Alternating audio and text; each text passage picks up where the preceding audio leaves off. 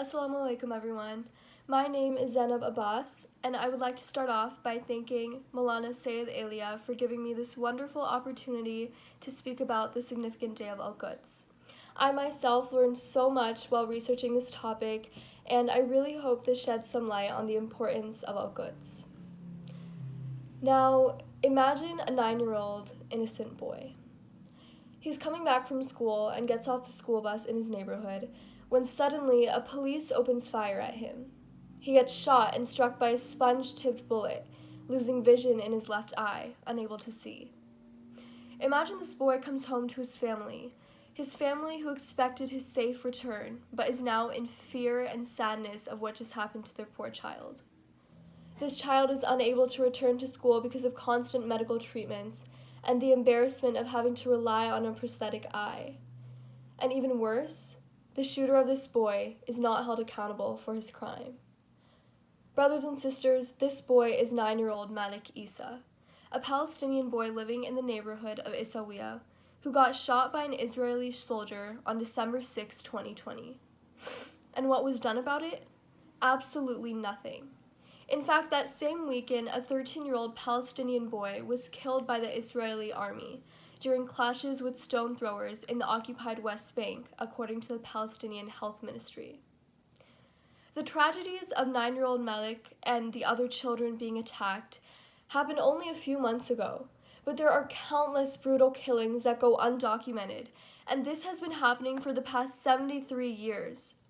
In 1948, the Zionist people occupied the land of Palestine with a master plan conducted by the evil colonial powers of the world. Zionists are people with a racist ideology who consider themselves to be the chosen nation of God, and one of their goals is to control Western mass media to create Islamophobia in the world. They not only captured their homeland, but also put them in concentration camps of Sabra and Shatila, where they tortured and killed around 3,500 Palestinians and Lebanese Shias at that time.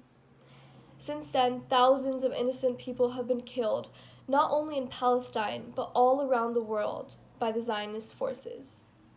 And that is why we are here today. In 1979, right after the Islamic Revolution, Imam Khomeini rahmatullah alayh declared Quds Day as a global day of unity among Muslims. It is a day in which we stand up against the tyrants of the world and show our love for all the oppressed people in this dunya.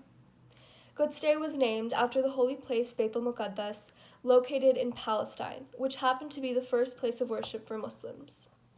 But why Palestine to begin with? Because this is a place where the Zionist regime has been persecuting the people of Palestine for decades and depriving them of their basic human rights. From time to time, with their despotic plans, they go and bombard the homes of the innocent people of Palestine. The latest example of a mass massacre is Yemen, which not very many people talk about. Again, the brutal killings in Yemen is yet another act of Zionist regime, this time through their allies, quote-unquote, the Saudi government. So, what should we be doing to help? Imam Khomeini rahmatullah alayh said that this day should be observed to support the cause of the Palestinian people, in which we need to bring a reawakening to the world and educate people on what is really happening to the people of Palestine. We also need to let the world know the true faces of the so-called Muslim rulers, who today are shaking hands with the Zionist government for their own interest and have no empathy for the oppressed innocent people of Palestine. And finally, this day should also be celebrated to conduct protests and rallies against Zionism and to show our love and support to the Palestinian people, letting them know that they are not alone in the struggle of freedom. What's even greater about Al-Quds is that it has a much deeper connection to the ultimate rule of our last Imam Mahdi alayhi salam. Our last Imam, Al-Qaim, will reappear from the city of Mecca, will make Kufa as his military capital, and will march towards Al-Quds first to free the city from its oppressors and bring peace to this world. May Allah hasten the reappearance of our Imam and allow us to be a part of his army to fight the war against the oppressors of the world. Thank you.